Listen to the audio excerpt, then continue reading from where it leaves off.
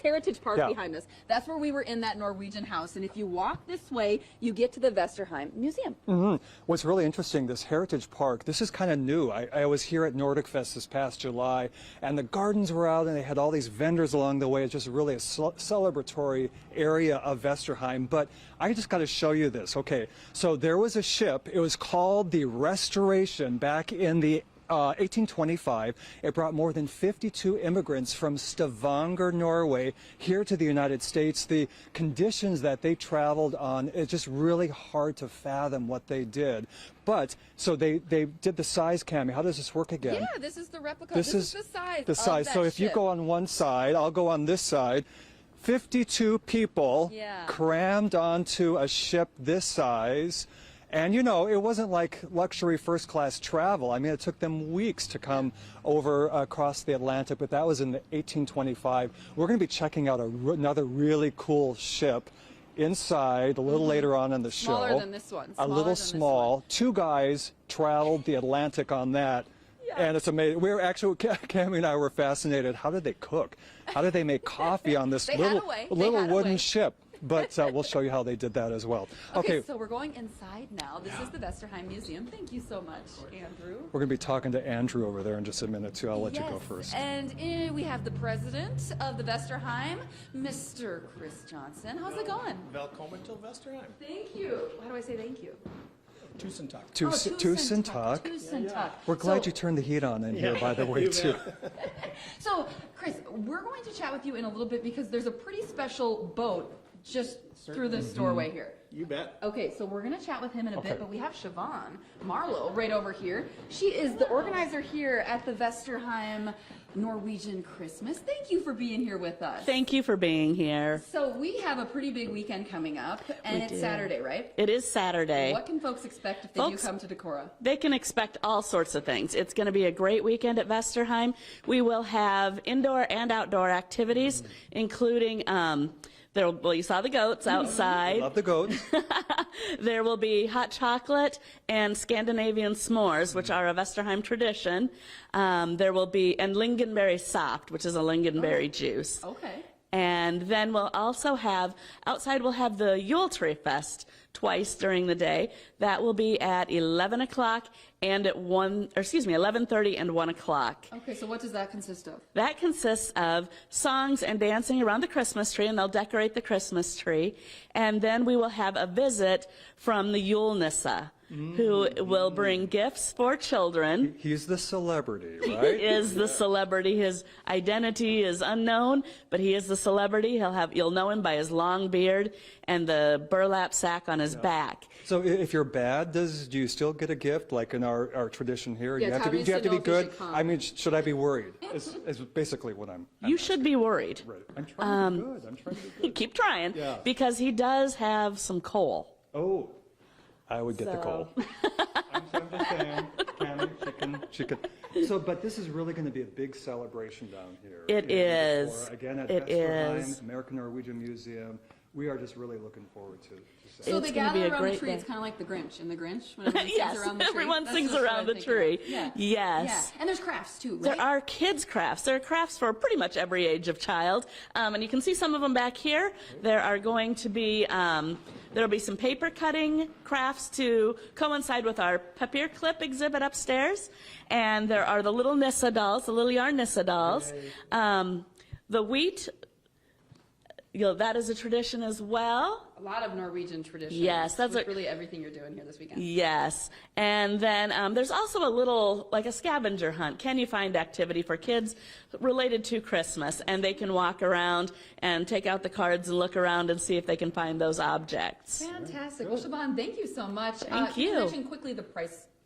How much does it cost? Absolutely. For children under 18 and under, it is completely free that day. Yeah. For adults, it is $12. For senior citizens, it is $10. And everything outside and in the church is free. So the admission is for the museum. Okay. So. Yeah, and again, this is just going to be a great day, a Saturday, to put the spotlight on the museum, but also on the Norwegian heritage and all the good things. Absolutely, absolutely. You can check out the museum all year round. So Yes. if you can't make it Yes. here this weekend, there are a lot of opportunities to come this way. So, Mr. Chris, let's head Thank this you, way. Michelle. Because Thank you. Thank you, Siobhan. We'll Thank chat you. with you in a little bit again, too. So this is part of the museum. Where are we at right now? This is in our the home in Norway part of our museum. So this talks about the decision of Norwegians to leave Norway and come to the United States. So you start that journey here in Norway.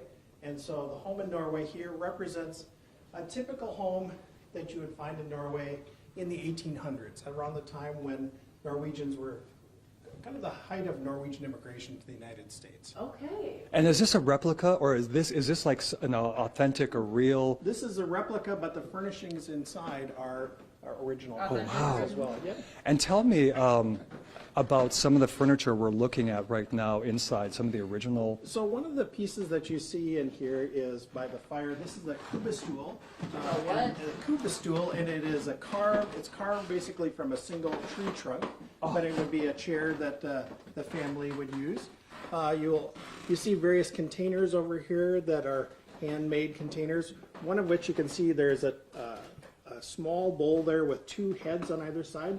That's a horsehead ale bowl for drinking beer out of, and that would be important for different celebrations. You can see on the wall the white and red markings. That's called croting, and that was a traditional way of decorating in homes as well. Say that again. Croting, Croting. K-R-O-T-I-N-G, yep. And so then you also have the traditional rose mauling. Rose mauling as well, you bet. And there is, you can see examples of that, for example, on the grandfather clock over here. Yes. You can also see some examples of rose mauling here on the immigrant trunk over here as well. And Vesterheim teaches classes in rose mauling here, as well as other types of folk art, wood carving, weaving, metalworking, jewelry making, all different types of things like that. So not much sneaking out in homes like this, a little squeaky in the floor. This one is a little squeaky, that's right, that's Okay, right. we have Let's go to see- we gotta go check to out the commercial ship. break here in just a minute, but we gotta quickly get to The ship our boat is that we were talking about. amazing. You know, I've been here so often, but every time I come here, there's something new to look yeah. at, something new to admire. I was telling Cami I could spend a week here and still find something new. This is called the Trade Wind. Right. What's special about the Trade Wind? This is a sailing vessel that Vesterheim acquired. It is a sailing vessel that was came over to the United States in the 1930s. So it's not actually an immigrant vessel, but it was sailed by two Norwegian brothers, and it was literally the smallest sailing vessel out on the Atlantic. So if you can imagine crossing the Atlantic in this ship. No, I can't. Yeah. And they came over at the time of the World's Fair that was going on in Chicago at the time. And it's just an example of, you know, some of the, I guess you could say, the hardiness of Norwegians, kind of that spirit of adventure that you have here. In this whole gallery itself, we talk about the story of immigration and that decision to leave Norway.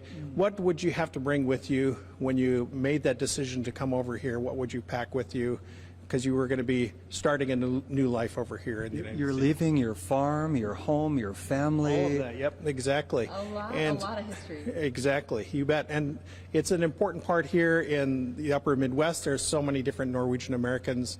There's literally about as many people in the United States who can claim Norwegian ancestry as there are Norwegians living in Norway today. We're sort of twins separated at birth. That's Well, right. Chris, thank you so much for showing us around. We really You appreciate bet. it. I know it was a busy day for you, but we're glad you could make it Oh, over here to glad chat you with could us. come down. So, and come on back for Yes. Vesterheim Christmas. We will. Absolutely. Okay, as we had to break, Tom, you have to show them how they were cooking on the Oh yeah, the ship so here. no, that was a Just big show question. quickly. Okay, here, right here. Music This is how playing. they would cook, and they make their coffee. And what would they eat? Their lutefisk and their lefse and stuff. That's what they right there. Okay. Right there. Okay, without burning down the wood ship. That's the key. Don't burn down the wood ship.